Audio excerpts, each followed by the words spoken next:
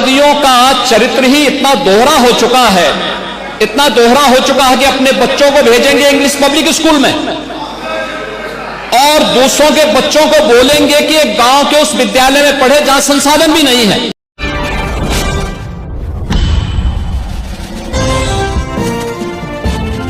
उत्तर प्रदेश की विभिन्न बोलियों को,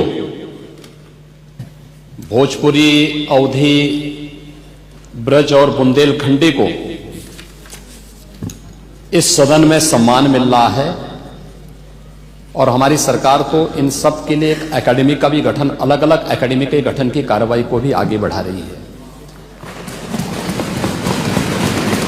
ये सभी हिंदी की उपभाषाएं हैं, यानी हिंदी की बेटियां हैं। भाषा की समृद्धि के आधार हैं और हमें इसका स्वागत करना चाहिए। ये सदन साहित्यिक, केवल विशुद्ध साहित्यिक और व्याकरण से के विद्वानों की नहीं है, आम जन का प्रतिनिधित्व करने वाले माननीय सदस्य समाज के विभिन्न तबके से आए हैं। अंतिम पायदान पर बैठे हुए व्यक्ति की आवाज को भी इस सदन में मुखरता मिले, इसके लिए अगर किसी को हिंदी में वह धारा प्रवाह नहीं बोल सकता तो उसको भोजपुरी में भी अपनी बात को रखने का अधिकार मिलना चाहिए, अवधी में, ब्रज में या बुंदेलखंडी में उसको रखने का अधिकार मिलना चाहिए। ये कौन सी बात हो गई कि भोजपुरी में ना बोले, अवधी में ना बोले, इसका विरोध अंग्रेजी का, बुंदेलखंडी में ना बोले और उर्दू क्या वकालत कर रहे हैं? ये बड़ी विचित्र बात है।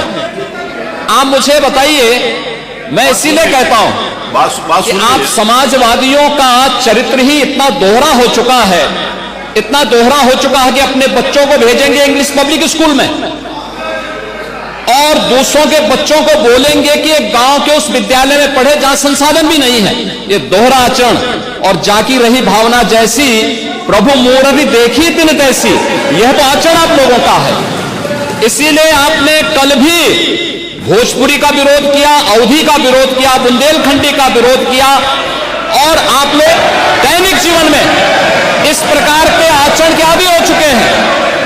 और इसलिए अध्यक्ष जी, इसका अभिनंदन हम लोग करते हैं और इन बोलियों को सम्मान मिलना चाहिए। इनके संरक्षण के लिए ही हमारी सरकार भोजपुरी एकेडमी का गठन कर रही है, अवधी एकेडमी का गठन कर रही है संत तुलसीदास जी के नाम पर। इसी के आधार पर ब्रज भाषा इतनी समृद्ध भाषा है।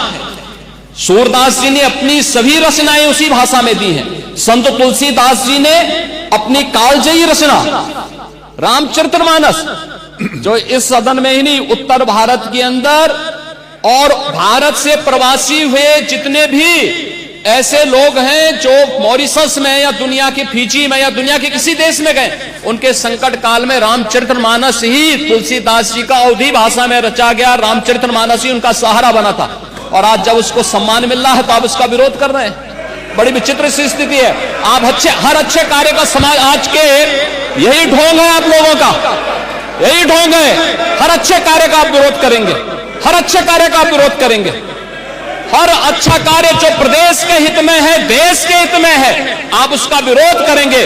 और मुझे लगता है इस प्रकार के विरोध की निंदा होनी चाहिए और हम इसका समर्थन करते हैं जो उत्तर प्रदेश की बोलियों को सम्मान मिल रहा है। मैं आपका धन्यवाद करूंगा और विधानसभा सचिवालय को इस बात के लिए धन्यवाद दूंगा। कल हम लोगों ने यहां पे इसका शुभारंभ किया, समाजवादी पार्टी ने उसका विरोध किया है और मुझे लगता है कि प्रोसीडिंग का हिस्सा होना चाहिए। इनको समाज के सामने एक्सपोज करना चाहिए। अपने बच्चों को ये लोग पढ़ाएंगे इंग्लिश स्कूलों में और दूसरे के बच्चे के लिए अगर वो सुविधा सरकार देना चाहते हो, कहते नहीं उर्दू पढ़ाओ इसको, यानी उसको मौलवी बनाना चाहते हैं, कठपुल्ला पर की ओर इसको ले जाना चाहते हैं। ये नहीं चल सकता है।